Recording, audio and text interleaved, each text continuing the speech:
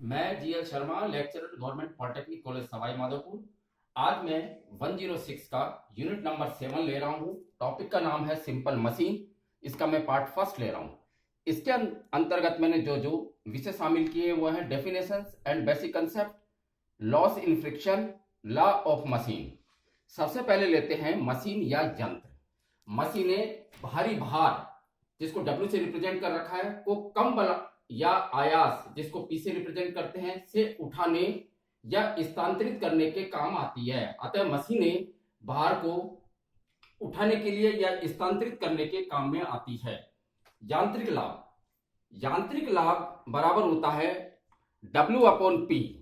जब W greater than P हो, अर्थात Ma ग्रेटर देन 1, तब यांत्रिक लाभ होगा। जब W लेस देन P, तब Ma लेस देन 1 होगा, यांत्रिक हानि प्राप्त होगी। कहने का अर्थ यह हुआ कि हम जब आयास से भार ज्यादा उठा सकते हैं तो यांत्रिक लाभ प्राप्त होता है, और यदि भार कम उठता है उस केस को यांत्रिक हानि वाली स्थिति कहते हैं। अब लेते हैं वेगानुपात, जिसे VR से रिप्रेजेंट करते हैं। मशीन द्वारा भार उठाते समय आयास P द्वारा तय की गई दूरी कैपिटल D तथा भार द्वारा तय की गई दूरी स्मॉल d के अनुपात को मशीन का वेगानुपात कहते हैं। अर्थात VR बराबर यहाँ आयास का विस्थापन कैपिटल D और भार का विस्थापन स्मॉल d, अतः VR बराबर capital D upon small d। यह एक अचर संख्या होती है। मशीन द्वारा किए गए कार्य तथा उस पर किए गए कार्य का अनुपात, अर्थात दक्षता का मतलब हुआ कि किया गया कार्य अपन लगाया गया कार्य। तो यहां हम देखते हैं किया गया कार्य है W इंटू स्मॉल d, लगाया गया कार्य है P इंटू कैपिटल D। अर्थात यहां हम आउटपुट अपॉन इनपुट के आधार पर दक्षता निकालते हैं। अब लेते हैं Ma mechanical advantage, velocity ratio, वेगानुपात व दक्षता में संबंध। दक्षता बराबर है, जिसको ईटा से रिप्रेजेंट करते हैं, W into small d upon P into capital D। यहां हम देखते हैं W अपॉन P को हम एक तरफ रखते हैं, into 1 upon capital D upon D। यहां हम देखते हैं W अपॉन P को Ma बोलते हैं, मैकेनिकल एडवांटेज, यांत्रिक लाभ बोलते हैं, और capital D upon small d को हम VR बोलते हैं। अर्थात दक्षता बराबर हुई Ma अपॉन VR। इसको हमने सूत्र 3 नाम दिया। आदर्श मशीन और वास्तविक मशीन के बारे में अब हम डिस्कस करते हैं। आदर्श मशीन, इसकी दक्षता 100% होती है, अर्थात संपादित कार्य बराबर आरोपित कार्य। Ma बराबर VR होता है, अर्थात दक्षता 100% होती है, तो Ma बराबर VR होगा। जब Ma बराबर VR होगा तो यहां से हम निकाल सकते हैं P बराबर W अपॉन VR। अर्थात W और VR की जगह हमने लिखा capital D upon small d, अर्थात P बराबर W into small d upon D। यह पूर्णतः घर्षण रहित या चिकनी होती है। इनमें घर्षण के कारण हानि नहीं होती। कोई भी मशीनें पूर्णतः आदर्श नहीं है। मशीनें जिनमें घर्षण बहुत कम होता है, गणना के लिए उन्हें आदर्श मशीन मानते हैं। अब लेते हैं वास्तविक मशीन। दक्षता 100% नहीं होती, अर्थात Ma VR के बराबर नहीं होता, Ma VR से कम होता है। जितना घर्षण अधिक होगा उतनी ही दक्षता कम होगी। अतः यहां हम दक्षता का देखते हैं, ईटा बराबर W upon P into VR।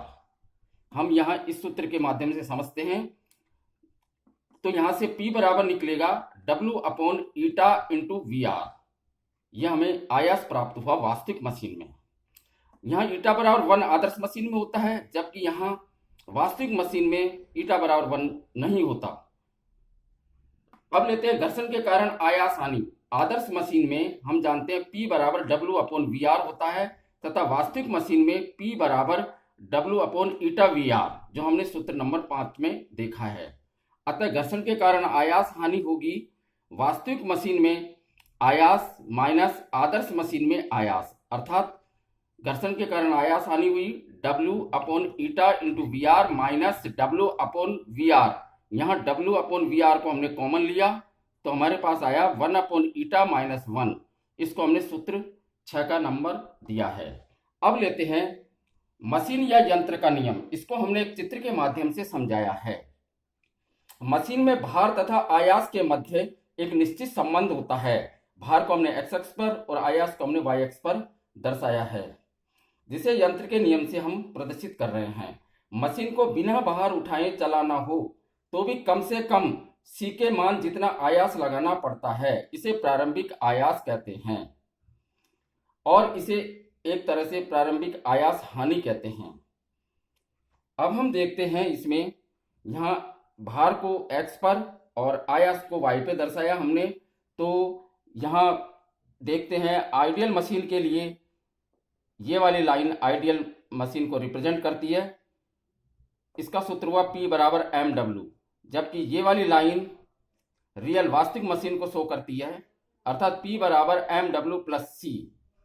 तो यहाँ हम देखते हैं ये घर्षण में आयास हानि है, यहाँ बिना घर्षण के आवश्यक आयास है, अर्थात यहाँ सूत्र बना P बराबर mw प्लस c। इसको हमने सूत्र नंबर 7 दिया, अर्थात यहाँ W भार है, P आयास है, m तथा c अचर गुणांक है, यहाँ m बराबर tan थीटा है, अर्थात ये प्रवणता है। अब लेते हैं ma maximum, mechanical advantage maximum. ma बराबर हम जानते हैं W अपॉन P होता है, अर्थात W और P की जगह हमने वैल्यू रखी mw प्लस c, सूत्र नंबर 7 से। फिर आगे इसको हमने हल किया, W का भाग लगाया ऊपर व नीचे, तो हमारे पास प्राप्त हुआ 1 upon m plus c upon W। इसको हमने सूत्र नंबर 8 दिया, अर्थात जब W बढ़ेगा, अर्थात ये राशि c अपॉन W में जब W बढ़ेगा तो c अपॉन W का मान बहुत कम होता है। बहुत कम होने की वजह से हम इसको नगण्य मानते हैं, अर्थात यहाँ पर केवल 1 अपॉन m ही कंसीडर किया जाएगा, अर्थात ma मैक्सिमम होगा, मैकेनिकल एडवांटेज मैक्सिमम होगा 1 अपॉन m। इसको हमने सूत्र नंबर 9 नाम दिया। और अब हम देखते हैं दक्षता मैक्सिमम। ईटा बराबर हम जानते हैं ma अपॉन वी होता है, अतः ईटा मैक्सिमम होगा ma मैक्सिमम अपॉन वी। अतः हम देखते हैं ma मैक्सिमम 1 अपॉन m होता है, अतः यह हमारा ईटा मैक्सिमम हुआ 1 अपॉन m इंटू वी। इसको हमने सूत्र नंबर 10 नाम दिया। अतः इस टॉपिक में हमने कुछ basic concepts, definitions, loss in frictions, law of machine के बारे में डिस्कस किया। नेक्स्ट इससे रिलेटेड जो भी विषय है हम पार्ट नंबर 2 में डिस्कस करेंगे। Thank you.